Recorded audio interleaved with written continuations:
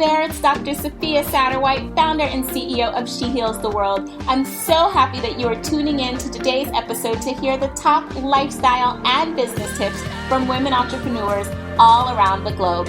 If you found this show helpful, be sure to share it with a friend. That's how our community grows. Today's guest is coming up next. Bailey is a health and wellness recipe developer, and she also has a podcast called Breakfast at Bailey's. And she's coming today to talk to us about how to regain motivation given the current climate. But before we get there, of course, Bailey is going to share her beautiful story of what it was like starting and launching her business so that you can get some tips too. Yeah, absolutely. I am mostly a recipe developer, but I like to focus on approachable and affordable health and wellness, the lifestyle, and just all around taking care of yourself in a very balanced way. I don't really have a specific diet that I follow, but I do try to incorporate as many vegetables and plant-based foods into my diet as possible. And I try to do that, as I said, in an affordable and a very approachable, easy way. I think a lot of people get overwhelmed with health and wellness and cooking healthier and taking care of themselves. And I think there is a lot of information out there, and I just really like to cut the BS and keep it real simple for any novice in the kitchen. No matter what, if you're a novice or if you're an expert, it's all approachable and basically there for anyone and everyone. Mm-hmm. And where did you, what motivated you to actually launch this as a business? Well, I grew up with a single mother. I did have my father in the picture, but not as often. And my mom was full-time working, and I started to have to fend for myself and learn how to cook at a very young age with minimal ingredients in the kitchen, just because we weren't really well off. So we really had a really strict budget to follow. And I started learning to cook and improvise and put cheap meals together at a very young age. And they weren't that healthy, but as I got older, I really started being captivated by the health industry and taking more interest in my own health. So I taught myself how to cook healthier. I did a lot of research. I worked in the industry for a while, and I just started putting my recipes out online onto Instagram after being really motivated by seeing others do it. And I felt, it was something that I could also do, and that's where it started. Wow, amazing. And tell me about the turning point. So I noticed that a lot of businesses, and especially a lot of lifestyle brands and food brands, they'll start off just doing something from their heart, which you did, and it just kind of started taking off. What was it like when you actually made your first set of income? What was that experience like for you? How did that happen? And what did it feel like bring us there? It really was. It was really weird at first. I felt kind of like, what? I can make money doing this. This can be a business.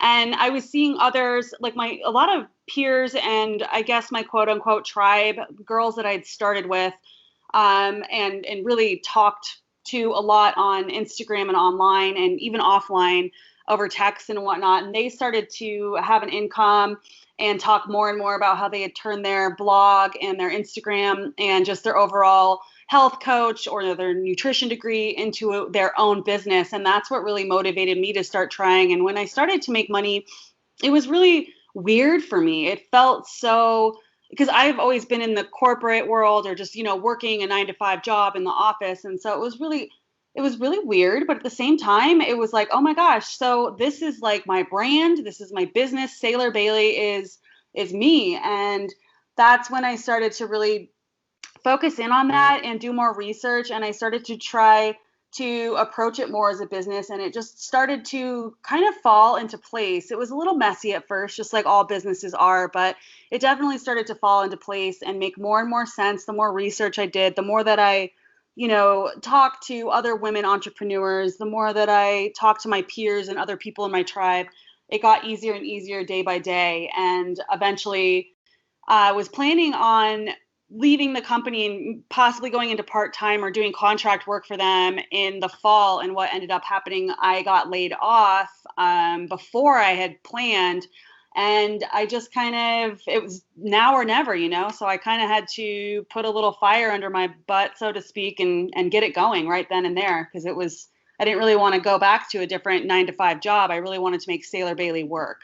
That is so powerful. And so you were kind of putting yourself out there as a consultant to develop recipes, or you've kind of built a community around like the ads part and the sponsorship part?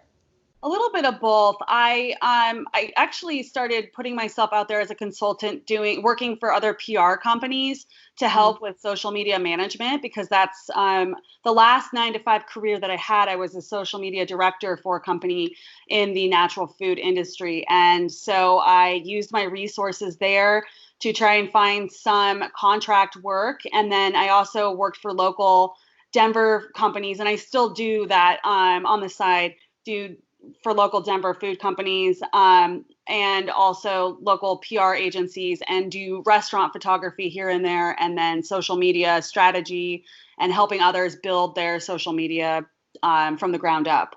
Beautiful. I really just love that you shared that, because I think I want everybody to pay attention to the move that you made. You found something that you do and that you do really well, and you coupled it with something that you love, which is food. And that's kind of how you've now built this beautiful brand that encompasses both. Wow. Amazing, amazing story. So what has been your greatest win so far in your business?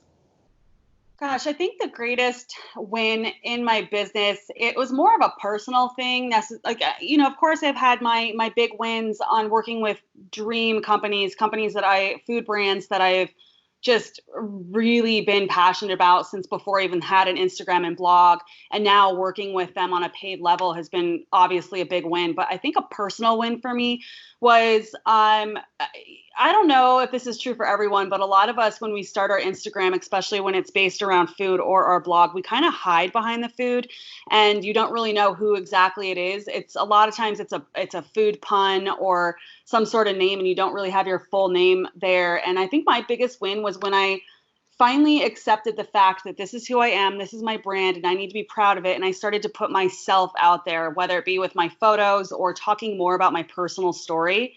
I've always been a private person, and I think when I finally took the turn of being more of an open book online to strangers, it was really a big win for me as far as my personal growth.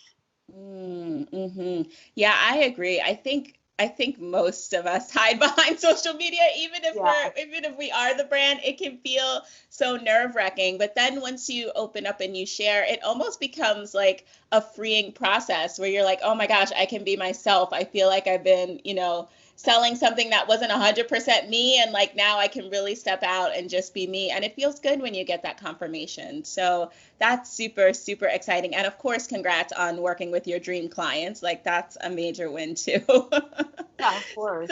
So tell us what it's like for you, as you are kind of trying to get things back in order. We all have been, I don't want to say we've all been hit by a truck, because I kind of am an optimist, and I'm like, well, this could be worse. Like we are doing okay. We're healthy. We have homes to quarantine to. But it can feel 2020 was rough on many different fronts, and getting back in the groove now that quarantines are starting to lift, I think can be a challenge for some. So what tips do you have for us? You talk about this a lot on your blog and on your podcast regarding just positive mental health and staying positive and jumping back in the game. And so how can we regain motivation right now and get back into our work? I think one of the hardest things for people is finding motivation. And I get that question a lot about how I stay motivated.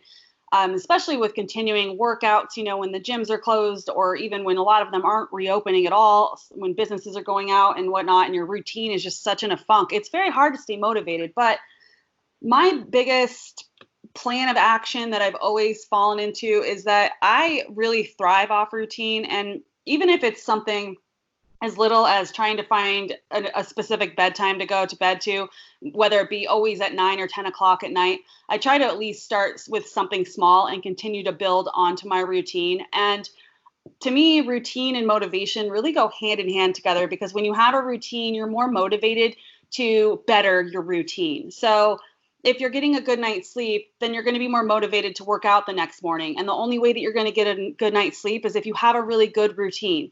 And the same thing goes with working out. If you have a routine and you figure out a good time that works for you, whether it be morning, noon, or night, if you stick to that routine, you're going to eventually find more motivation to work out a little harder or find new workouts and that sort of thing. And another thing is affirmation. And I do a lot of affirmation reading and a lot of self-help books. As cheesy as that sounds, they really do help motivate me if I do get stuck in a little bit of a depression rut, or, woe is me, I get stuck in the comparison trap. That's usually when I know it's time to turn off social media, turn off the phone, step away from everything, and start checking into yourself and focusing on yourself. And I think that when we're more focused on our inner being and our heart, I think things just naturally fall into place and we find more motivation to live our life, whether it be to find that dream job or quit your job and start your own business. I think the best way to go about that is to shut down all of your social media and your comparison trap and find things that are motivating, whether it be a podcast that you like that motivates you and makes you feel good inside, or an affirmation book. I have one that I read all the time called Forgiving and Moving On. I've had it for years, since I was a little, I guess a teen, but closer to a younger age. My mom gave it to me, and it's about, codependency and growing up with alcoholics or drug addicts in your family. But there's a lot of knowledge and power within the book. There are different manifestations and affirmations. And I've had that book in my life for years. And whenever I'm starting to feel down or have a hard morning, I start my morning with reading that book and reading, my daily affirmation. And it always ends up hitting home. And it's a really great book. So little things like that you can find that just spark you, and for some people, it's just going for a walk outside to clear your brain. And I just think that when you're bringing more positive things and you're making more space, you're going to find more motivation to take better care of yourself. Mm-hmm. Yeah, one important thing that you mentioned, and we had talked about this too on the She Heals the World Facebook page, was we talked about the importance of having that routine. It's so interesting that, like, as humans, we have so much free will to just do whatever we want, but we really thrive best when we're in a little bit of a routine. It's kind of like it works in opposition to what we think we should be doing when we just want to creatively design our life and just go with the flow. Routines really do help. And so I would love to hear a little bit more. You talked a little bit about your workouts and your evening routines. I would love for you to give us a bit more detail about that. What does your typical workout routine look like? So I'll tell you, it's changed a lot. It used to be I would wake up in the morning and either have a little bit of coffee and then head to the gym, or I just get up and go straight to the gym. If there was anything in my way, I was worried I wouldn't make it to the gym. And I would go and I would work out a different body part, whether it be back or legs or arms or whatever, full body, for about an hour. And then I would come home and I would eat my breakfast. I would finish my coffee. I would open up my computer and start my work, or I would walk the dogs. And now that things have changed so drastically, I wake up and I take my time. I do my reading. I sip my coffee. And then I ease myself into a home workout, and I usually make them up myself because I'm just one that I've been blessed with motivation as far as working out goes. It's kept my mind out of the gutter. It really helps me with endorphins. It helps bring me more happiness. I struggle with depression. I have my entire life. And for me, with working out, it's always been something that's just been there for me and helped me feel better, getting a little bit of sweat in. So I'm always pretty motivated to work out, and I make up my own little workout. And now it's only for 30 minutes, and I do it in front of the mirror in my living room. With the dogs all over me, licking me, but it's still great. And I love it. And I'm really digging my new routine. And quite honestly, gyms are starting to open up here, and I'm not sure. Our gym that we've been going to for years is actually permanently closed. So it's time to find a new gym. And I'm not even sure if I'm going to run into that right now. I think I'm really enjoying taking it a little easier on myself and working out from home. I'm having more results. I have more time for myself. And I'm enjoying the new routine. I got used to it. And as far as night routine goes, that's, there's a certain time where I check out from social media, and that's usually around dinner time. I know a lot. It's kind of like a slow process for me, but I stop no more social media after dinner or during dinner, right before whatever. I don't get on anymore. And then, no more checking my phone around a certain time, like 7:30 at night. And then that's when we stop watching TV. I usually head down to my bed and I start reading. And that's, I like to read romance novels, as cheesy as that sounds. That's what I've always done since I was a kid. Yeah. Sometimes there's some murder mysteries in there, some more intense stuff. But for the most part, I read like Harlan Coben books, which are like kind of thrillers, but they're pretty awesome, and they're a little bit, twister, but it's all fiction. And that's what I do. I read for an hour and a half, and then I turn out the light and go to bed. So it's always worked for me. Yeah, I'm so glad you said the fiction part because I've been wanting to get back. Like, I haven't read fiction since I was like, I don't know, 14 or 15 or something, because my whole life it was just all academics, studying, being in school, learning about the business stuff, teaching the business stuff. And I said to myself during this quarantine, and I haven't done it yet, I started with cookbooks, but now I'm ready to move into some fiction. I said, I'm going to regain my commitment to just having fun with reading, like not reading anything educational and informational. And so the author that you just dropped, oh, trust me, I'm going to be checking them out because I've been looking for a good thriller to read. So that was the golden nugget for the day for me. Yeah, he's awesome. I've been reading him since I was a teen. My mom got me into him. She goes to Goodwill and like other used stores, like donation-based stores and whatnot, and they sell a plethora of these books. And Harlan Coben, I will say, is one of my favorite. He's definitely really interesting, and it's enough that it's going to feed your brain a bit, but it's not going to like overstimulate you. And that's a thing I think that a lot of people have a problem with, is I think that with 2020 now, I think we're all like obsessed with learning and always being productive. Yes. And for me, if I'm reading a self-help book or a business book or anything of the matter before bed, I get overstimulated and I don't sleep well. And I start kind of feeling a little bit of anxiety, like I'm not doing enough. And I, even if it's a finance or how to invest your money and all that stuff, I've tried that before. It doesn't work. And I need a break, and I know that a lot of us are obsessed with trying to always use our time as, something constructive, and every single moment in our life, we can't relax. I know a lot of people that don't even watch TV anymore because yes, every minute of their life to be learning something new. And exactly. I don't thrive. How depressing is that? Yeah. I know it is. And I don't thrive off that. I need to give my brain a break in order for me to absorb things. So that's my little tidbit of the day is, get yourself a fiction book and read it, and just go back to being that little girl and enjoy that book, because you think about how happy you used to be reading those books before bed, like Goosebumps and all those things. Yes. Exactly. Yeah. That was my favorite thing to read growing up was Goosebumps. Yeah, all those books. And I remember, Bernstein Bears and just all those things. That's what really, my whole childhood was about books. And it's just important to incorporate some of the things that you enjoyed as a kid. We don't always have to be constructive. You're going to lose motivation if you don't let yourself relax once in a while. Now that is something to tweet. You are going to lose motivation if you don't allow yourself to relax. Beautiful. Yep. Love that. So what's your most, I guess on the contrary of this, what is your most productive time of the day in terms of social media? Because you're a social media rock star and you are like such an expert in this space as it pertains to food. And so where do you find you are most creative and you kind of can get the most done during your workday as an independent solopreneur? Well, for me personally, I would say it's for me, it'd be 9 to 3. I tend to check out around 3 p.m.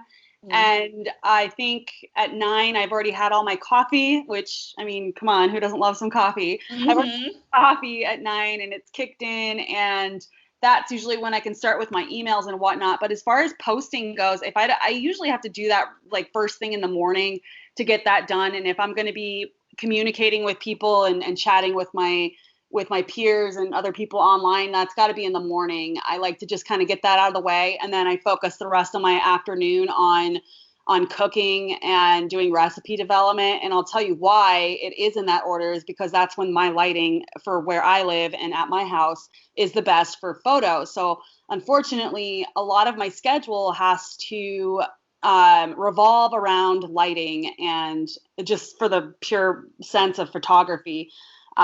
So that's one of the main reasons. I wouldn't say I'm always just so motivated in the afternoon, but that's just when the lighting is the best. So that's usually when I step away from my computer and I start to focus on everything going on in the kitchen.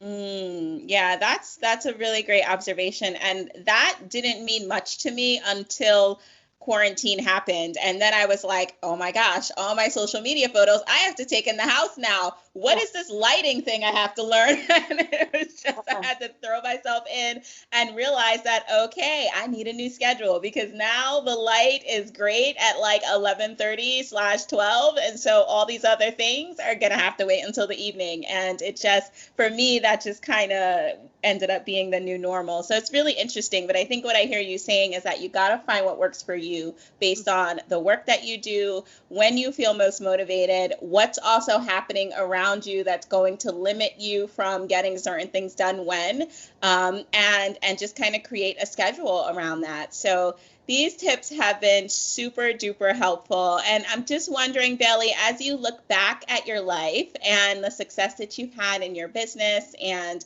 transitioning successfully from your 9-to-5 into a profitable business that's working for you, if you could look back and give your 10-year younger self any piece of advice, what would it be? I think it would be to just keep going and to stop worrying so much, and that life and the universe in general is abundant, and no matter what, you're going to make through it and you're going to find opportunities and abundance no matter where I go with my career, no matter where I wanted to go with my career, there's going to be abundance. I think something that held me back a lot from when I was at a young age was worrying about running out and that, or there being too much and me not being enough. I wanted to be a nurse at a young age, and, all of a sudden there was like hundreds of people in my peers that wanted to be nurses. And of course, my first thought that went to my head was, okay, well, I'm not going to find a good job because there's so many other people competing. The comparison trap, like that kind of thing. So I just wish that at a young age, I just really knew that there's abundance all around us and that life and the universe is constantly growing and giving us things and that there'll always be enough for everybody. There is more than enough. There is absolutely more than enough for all of us. I love that. Subscribe to that belief too, and really hope that everybody can really start to see the possibilities in their everyday life. It will make things so much different and so much better. How can our audience find and support you? They can find me. My recipes really live on sailorbailey.com. That's my food blog. I am on Instagram, and that's Sailor, SAILOR_Bailey. And that's where you're going to find a lot of my balanced lifestyle and approachable health and wellness. And then I've got my podcast. It's all around mental health and wellness. That's Breakfast at Bailey's, and that's about it. If you're looking for workouts, I'm also on YouTube, Sailor Bailey. I do 20-minute, really quick Tabata workouts that have been really great, at least for me. I've been getting really good results with my own workouts, not to toot my own horn, but I'm happy with it. So yeah, that's where you can find me. Oh, thank you so much, Bailey. I totally encourage everybody to give you a visit. Thanks for coming on the show, and I can't wait to have you back. Oh, thanks so much for having me. I really appreciate it. Well, there you have it. Thanks so much for listening to the show today, and as always, for more resources as you continue to live out your beautiful mission of healing the world and grow your beautiful business, you can head to www.shehhealstheworld.com/freebie to see what new resources I have in store for you. Thanks for listening. Tell a friend, and I can't wait to see you at the next episode.